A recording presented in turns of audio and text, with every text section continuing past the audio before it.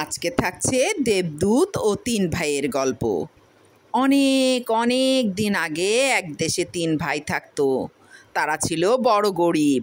কেবল একটা নাশপাতি গাছ ছাড়া নিজের বলতে তাদের আর কিচ্ছু ছিল না।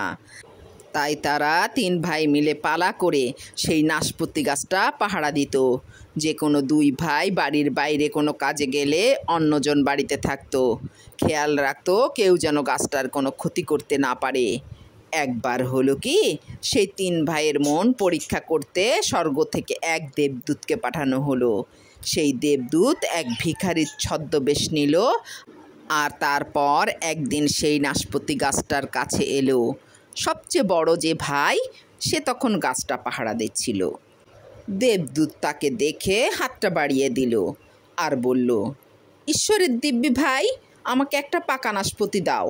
সবচেয়ে বড় ভাই তক্ষুনি তাকে একটা নাশপাতি দিল আর বলল, আমি তোমাকে এটা দিতে পারি কারণ এটা আমার, কিন্তু অন্য কোনোটা দিতে পারবো না কারণ ওগুলো আমার ভাইদের। দেবদূত বড় ভাইকে ধন্যবাদ দিয়ে চলে গেল। পরের দিন যখন মেজ ভাই পাহারায় ছিল, সেই সময় সেই একই ছদ্মবেশে দেবদূত আবার এলো। আগের দিনের মতোই মেজ ভাইয়ের কাছে একটা পাকা নাশপাতি চাইল। মেজ ভাই বলল, এটা নাও, এটা আমার, আর তাই আমি এটা দিতে পারি। অন্যগুলোর একটাও আমি দিতে পারবো না কারণ ওগুলো আমার ভাইদের। দেবদূত মেজ ভাইকে ধন্যবাদ দিয়ে চলে গেল। তৃতীয় দিন ছোট ভাইয়ের সঙ্গেও দেবদূতের একই অভিজ্ঞতা হলো। পরের দিন খুব সকাল সকাল দেবদূত এক সাধুর ছদ্মবেশে সেই তিন ভাইয়ের বাড়িতে এলো। তারা তিনজনেই তখনও বাড়িতে ছিল। দেবদূত বলল, বাছারা, আমার সঙ্গে এসো। একটা নাশপাতি গাছ পাহারা দেওয়ার চেয়ে ভালো কোনো কাজ আমি হয়তো তোমাদের খুঁজে দিতে পারবো।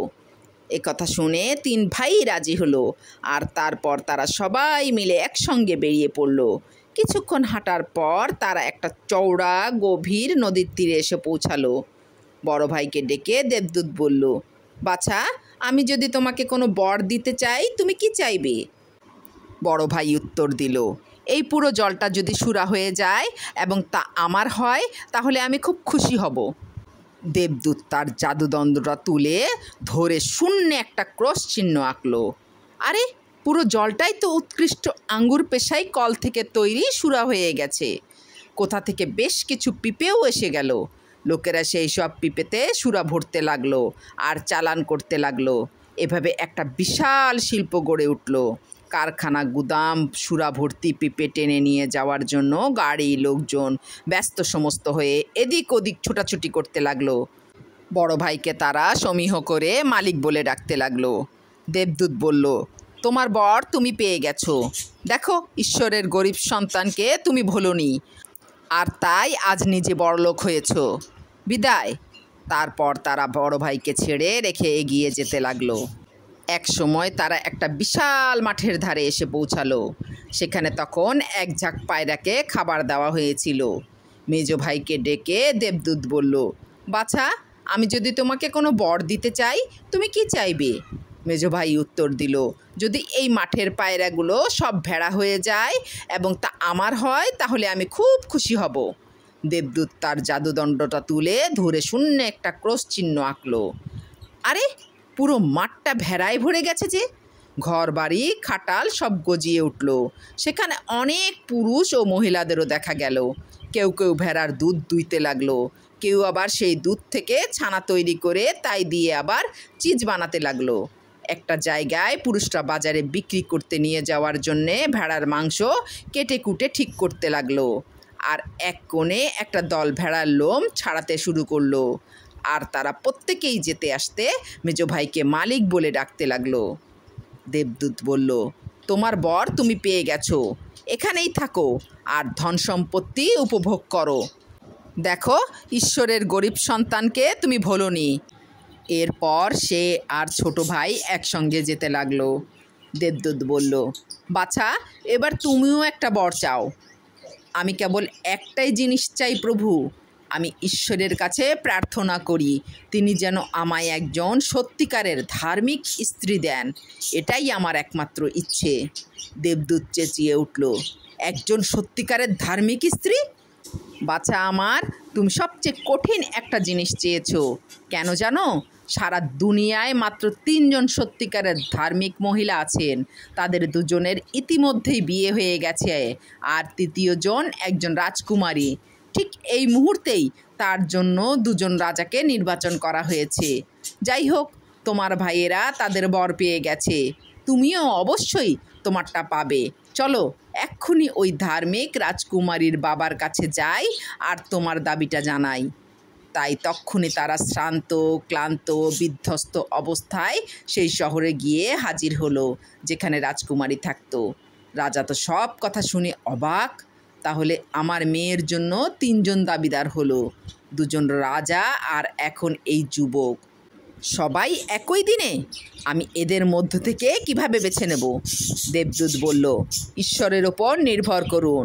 আঙুর গাছের 3টি ডাল কাটুন আর রাজকুমারীকে বলুন প্রত্যেকটা ডালের ওপর আলাদা আলাদা দাবিদারের নাম লিখতে। তারপর আজ রাতে বাগানে সেই 3টি ডাল পুঁতে দিন। রাতের মধ্যে যে ডালটায় ফুল ফুটবে এবং সকাল হওয়ার আগে থোকা থোকা পাকা আঙুরে ভরে যাবে, তার সঙ্গে রাজকুমারীর বিয়ে দিন। রাজা আর অন্য 2জন দাবিদার এতে রাজি হলেন এবং রাজকুমারী আঙুর গাছের 3টি ডালের গায়ে নাম লিখে পুঁতে দিলেন। সকাল হলে দেখা গেল 2টো ডাল একেবারে শুকনো খটখটে, কিন্তু তৃতীয়টা, যেটার গায়ে ছোট ভাইয়ের নাম লেখা ছিল, সেটা সবুজ পাতা আর থোকা থোকা পাকা আঙুরে ভরে গেছে। রাজা ঈশ্বরের বিচার মেনে নিলেন এবং তক্ষুনি তার মেয়েকে নিয়ে গির্জায় গেলেন। সেখানে সেই আগন্তুক যুবকটির সঙ্গে রাজকন্যার বিয়ে হলো। রাজা তাদের আশীর্বাদ করে রাজপ্রাসাদে ফিরে গেলেন। দেবদূত নবদম্পতিকে সঙ্গে করে একটা জঙ্গলে নিয়ে গেল আর সেখানে তাদের রেখে চলে গেল। এরপর প্রায় 1 বছর কেটে গেছে। 3 ভাই কীরকম আছে, কেমনভাবে দিন কাটাচ্ছে তা দেখার জন্য দেবদূতকে আবার পৃথিবীতে পাঠানো হলো। এক বুড়ো ভিখারির ছদ্মবেশে দেবদূত প্রথমে বড় ভাইয়ের কাছে গেল। সে তখন তার আঙুর পেশায় কল নিয়ে কাজে ব্যস্ত। দেবদূত 1 পেয়ালা সুরা ভিক্ষা চাইল। যা যা, দূর হয়ে যা এখান থেকে, বুড়ো ভিখিরি কোথাকার! বড় ভাই রেগে চিৎকার করে উঠল, আমি যদি প্রত্যেক ভিখারিকে 1 কাপ করে সুরা দিতে শুরু করি খুব শিগগিরই, তাহলে তো আমি নিজেই ভিখারি হয়ে যাব। দেবদূত তার জাদুদণ্ডটা তুলল, শূন্যে একটা ক্রস চিহ্ন আঁকল। যা, যত সুরার পিপে, কর্মচারী আর আঙুর পেশায় কল সব যে অদৃশ্য হয়ে গেল, আর তাদের জায়গায় বইতে শুরু করলো একটা চওড়া গভীর নদী। ধন সম্পদ পেয়ে তুমি ঈশ্বরের গরিব সন্তানকে ভুলে গেছো।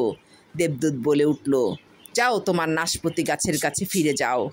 এরপর দেবদূত গেল মেজ ভাইয়ের কাছে। সে তখন তার গোয়ালের কাজে ব্যস্ত। দেবদূত বলল, ভাইয়া ঈশ্বরের দিব্যি, আমাকে 1 টুকরো চিজ দাও। 1 টুকরো চিজ? অকম্মার ঢেকি! মেজ ভাই চিৎকার করে উঠল, দূর হয়ে যা শিগগির, না হলে এক্ষুনি কুকুর লেলিয়ে দেব। দেবদূত তার জাদুদণ্ডটা তুলল, শূন্যে একটা ক্রস চিহ্ন আঁকল। যাহ বেড়া, গোয়াল, সমস্ত কর্মচারীরা কোথায় অদৃশ্য হয়ে গেল। কেবল মেজ ভাই একা একটা মাঠের মধ্যে দাঁড়িয়ে আছে, চারপাশে পায়রার ঝাঁক খাবার খাচ্ছে। ধন সম্পদ পেয়ে তুমি ঈশ্বরের গরিব সন্তানকে ভুলে গেছো। দেবদূত বলে উঠল, যাও তোমার নাশপতি গাছের কাছে ফিরে যাও।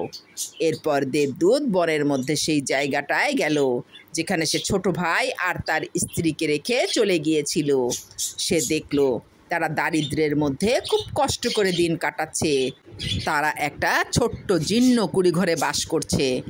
ঈশ্বর তোমাদের সঙ্গে আছেন, বুড়ো ভিখিরির ছদ্মবেশে থাকা দেবদূত বলল। ভগবানের দিব্যি বলছি, আজকের রাতটা আমাকে থাকতে দাও আর একটু কিছু খেতে দাও। আমরা নিজেরাই গরিব, ছোট ভাই বলল, কিন্তু এসো, আমাদের যেটুকু আছে সেটুকুই আমরা সকলে মিলে উপভোগ করি। তারা আগুনের ধারে সবচেয়ে আরামদায়ক একটা জায়গায় বুড়ো ভিখিরির বিশ্রামের ব্যবস্থা করলো। ছোট ভাইয়ের স্ত্রী 3টি পাত্রে খাবারের আয়োজন করলো। তারা এতটাই গরিব ছিল যে উনুনে যে রুটিটা সেঁকা হচ্ছিল সেটা কলে পেশাই করে আনা আটা বা ময়দা নয়, সেটা বিভিন্ন গাছের ছাল গুঁড়ো করে বানানো রুটি। হায় রে, স্ত্রী নিজের মনেই বিড়বিড় করে বলে উঠল, আমার খুব লজ্জা করছে, অতিথিকে দেওয়ার মতো আমাদের কোনো ভালো রুটি নেই। কিন্তু তারপরে যেটা হলো সেটা সে ভাবতেই পারেনি। একবার ভাবো তো, যখন উনুনটা খুলে রুটি বের করতে গিয়ে সে দেখল যে সেটা গমের রুটি হয়ে গেছে, তখন সে কি অবাকই না হলো। ঈশ্বর মঙ্গলময়, সে চেঁচিয়ে বলে উঠল। সে ঝর্ণা থেকে এক কলসি জল নিয়ে গেল, কিন্তু যখন পেয়ালাগুলোতে ঢালতে শুরু করলো তখন আনন্দের সঙ্গে দেখলো জলটা উৎকৃষ্ট সুরা হয়ে গেছে। দেবদূত বলল, তোমাদের এত দুঃখের মধ্যেও আনন্দ আছে, আর তোমরা ঈশ্বরের গরিব সন্তানকে ভুলে যাওনি, আর তাই ঈশ্বর তোমাদের পুরস্কার দেবেন। সে তার জাদুদণ্ডটা তুলল, শূন্যে একটা ক্রস চিহ্ন আঁকলো। আরে, সেই ছোট্ট জীর্ণ কুঁড়ে ঘরটা এক নিমেষে অদৃশ্য হয়ে গেল, আর তার জায়গায় ধন সম্পদ আর সুন্দর সুন্দর জিনিসে ভর্তি একটা বিরাট রাজপ্রাসাদ চলে এলো। চাকর বাকররা এদিক ওদিকে ঘোরাফেরা করছে, আর গরিব ছোট ভাইকে মালিক ও তার স্ত্রীকে মালকিন বলে সম্বোধন করছে। বুড়ো ভিখিরি উঠে দাঁড়ালো এবং চলে যেতে যেতে সেই দম্পতিকে এই বলে আশীর্বাদ করে গেল, ঈশ্বর তোমাদের এই ধন সম্পদগুলো দিয়েছেন, এগুলো তোমরা ততদিনই উপভোগ করতে পারবে যতদিন তোমরা আরও অন্যদের সঙ্গে এগুলো ভাগ করে নেবে। তারা দেবদূতের ওই কথাগুলো অবশ্যই মনে রেখেছিল, কারণ তারা বাকি জীবনটা সুখে স্বাচ্ছন্দ্যেই কাটিয়েছিল।